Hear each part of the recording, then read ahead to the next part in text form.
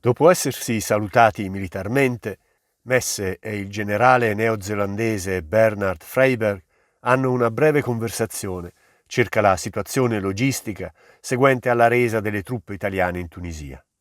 Freyberg annuisce, ascoltando l'interprete che traduce. Poi all'improvviso guarda Messe e gli chiede: «Maresciallo, è lei un fascista?» Messe gli risponde calmissimo: «Naturalmente». E Freyberg, sorpreso: «Naturalmente? E perché?» «Perché il re, che ho l'onore di servire, ha nominato un capo di governo fascista. Se lo decide il mio re, naturalmente lo accetto anch'io». Freyberg si ricompone: «Invece noi britannici siamo decisi ad eliminare il fascismo dalla faccia della terra. Lo siamo altrettanto naturalmente, o forse più di voi, maresciallo. Adesso è mio compito condurvi dal generale Montgomery. Vogliate seguirmi?» Messe annuisce e, trattenendo un sorriso sardonico, fa cenno a Freyberg di fargli strada.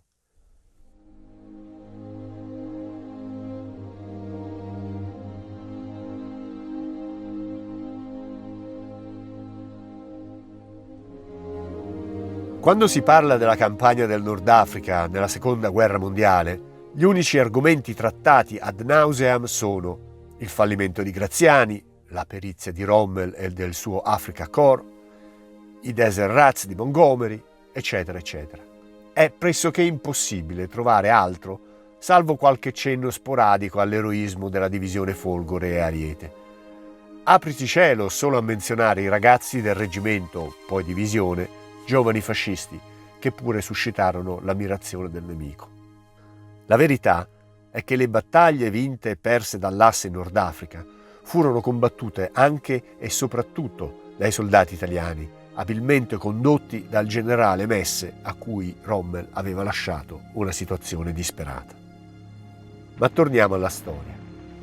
Dopo le battaglie combattute in Libia ed Egitto fra le truppe dell'asse e quelle britanniche, l'8 novembre 1942 gli alleati sbarcano in Marocco e in Algeria, aprendo così un nuovo fronte nella guerra in Nord Africa.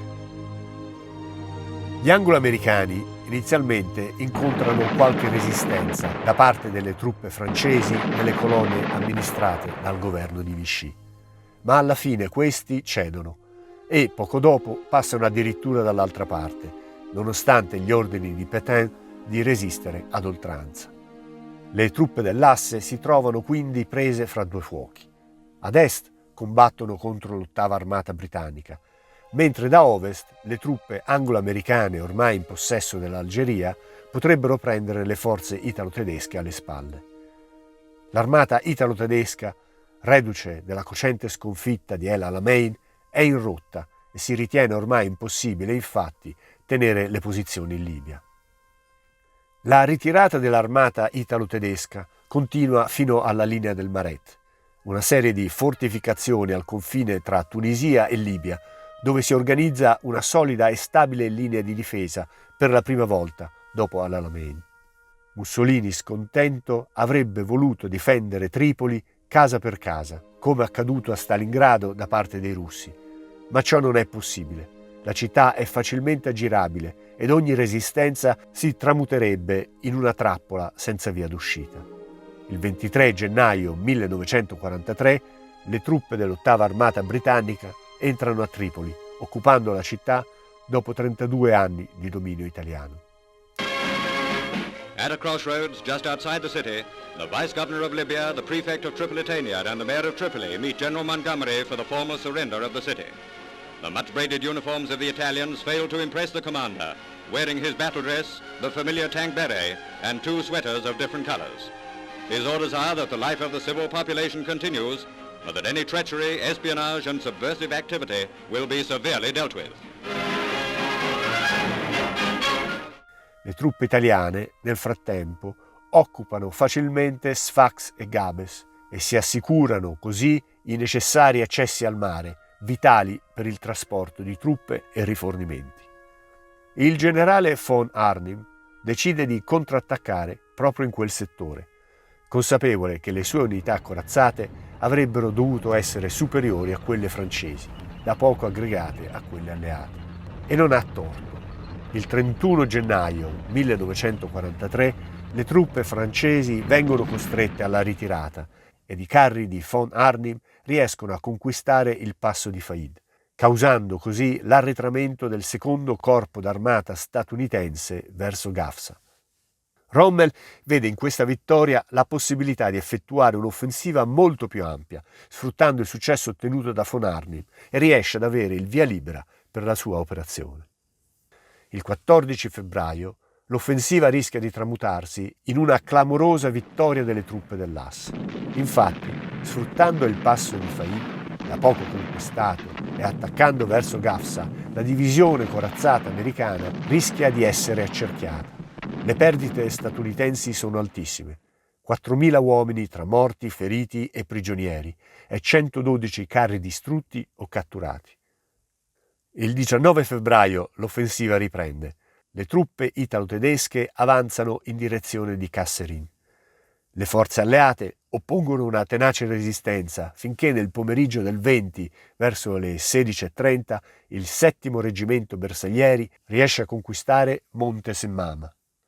I reparti americani iniziano a vedersi circondati, osservando sulle colline le truppe dell'Asse avanzare sui fianchi del loro schieramento.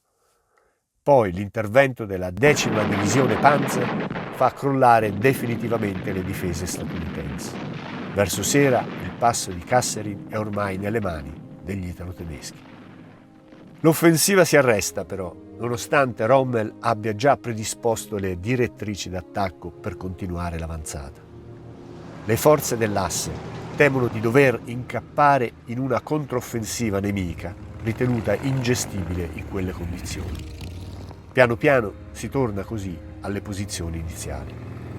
In generale l'offensiva costa agli alleati circa 8.000 uomini e 238 carri armati, oltre che svariati automezzi, vettovaglie e pezzi d'artiglieria. Il comando americano si rende conto di non essere pronto ad uno scontro con i tedeschi.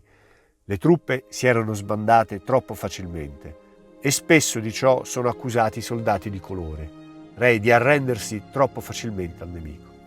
L'aviazione alleata, nel frattempo, martella senza sosta le unità italo-tedesche presenti a Kasserine. Le truppe dell'Asse raggiungono le posizioni di partenza il 25 febbraio. Ma la vittoria ottenuta è inutile ai fini sperati da Rommel. Tuttavia ha rallentato le iniziative offensive degli alleati. Il 6 marzo, al comando del secondo corpo americano, viene posto il generale Patton, uomo rude ed eccentrico. Il 9 marzo, criticato per il suo operato e stanco soprattutto dal punto di vista mentale, Rommel lascia il comando dell'armata italo-tedesca. È a questo punto che entra in scena Giovanni Messe, senza alcun dubbio il migliore degli ufficiali italiani, che già si era ben distinto in Russia al comando dell'Oksir. Viene ridisegnata la catena di comando. Il generale von Arnim diviene comandante del gruppo Armate d'Africa, mentre Messe è posto al comando dell'armata. Messe aveva ricevuto da Mussolini ordini molto chiari. Era vitale tenere vivo il fronte africano, perché una volta crollato quello, l'obiettivo successivo sarebbe stata la penisola italiana.